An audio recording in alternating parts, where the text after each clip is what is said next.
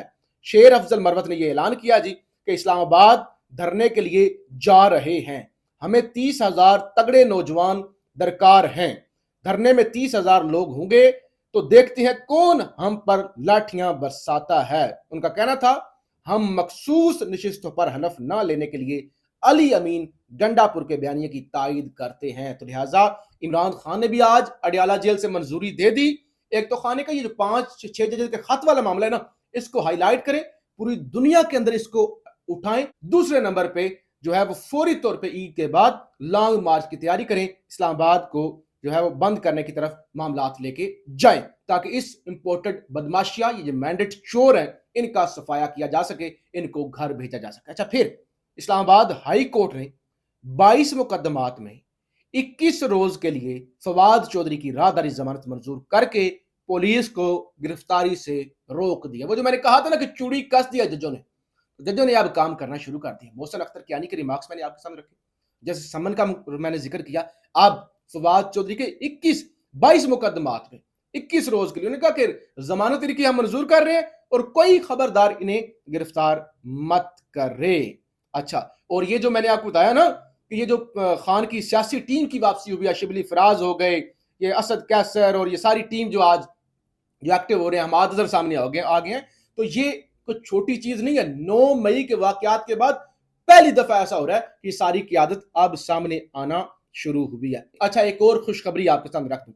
تحریک لبیک پاکستان کے ایک ممبر تھے عدنان, انہوں نے حلقہ N119 سے الیکشن لڑا. ابھی یہ جو الیکشن ہوئے ہیں آپ کے جنرل الیکشن, اس کے اندر انہوں نے 19,000 ووٹ حاصل کیے ہیں. میاں شہزاد فاروق کا حلقہ, وہ مریم نواز جہاں پہ میاں شہزاد کو ہرایا گیا, اب دوبارہ ضمنی الیکشن وہاں پہ ہو رہا ہے تو میاں شہزاد فاروق دوبارہ پی ٹی آئی کے امیدوار ہیں.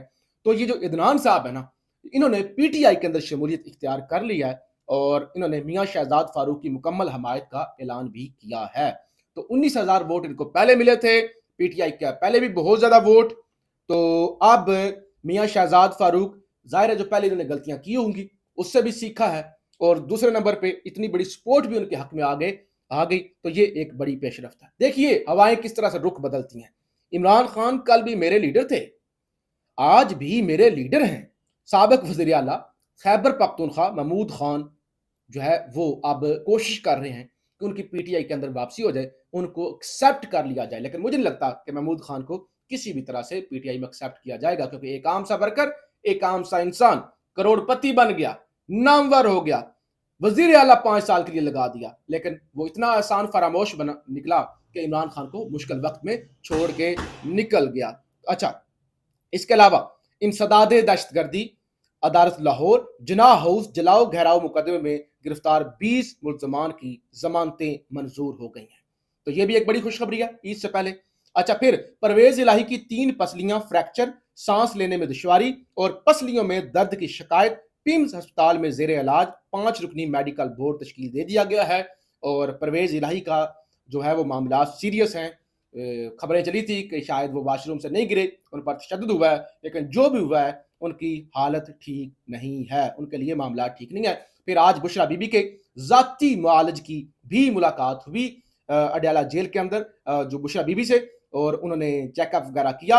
اور یہ جو عمران یوسف صاحب ہے, ڈاکٹر آسم یوسف, تو انہوں نے بتایا کہ بشرا بی بی کو ہم نے زہر کے حوالے سے کوئی جو ہے وہ معائنہ تو نہیں کیا, لیکن بظاہر وہ ٹھیک لگتی ہیں, اور طبیعت 2 ماہ پہلے کھانے کے بعد خراب ہوئی تھی اور انہیں کھانا کھانے نگلنے اور ہضم کرنے میں تکلیف ہوئی, اور بشرا بی بی کو فکر تھی کہ کھانے میں مرچیں تھی یا زہر تھا، تو لہٰذا انہوں نے کہا کہ ابھی تک ایسی کوئی چیز نہیں پائی گئی کہ بشرا بی بی کو زہر دیا گیا ہو، لیکن انہوں نے کہا کہ ٹیسٹ ہونے چاہیے اور درست تصدیق تبھی ہو سکتی ہے جب ان کے سٹامک کا، معدے کا معائنہ کیا جائے۔ لیکن اسی چیز کو لے کے اب بڑا پراپیگنڈا کیا جا رہا ہے کہ عمران خان بھی جھوٹے ثابت ہوئے ہیں اور بشرا بی بی بھی جھوٹے ثابت ہوئی ہیں کہ انہوں نے پراپیگنڈا کیا کہ جی زہر دے دی گئی ہے، یہ ہوا ہے تو یہ ہوا ہے۔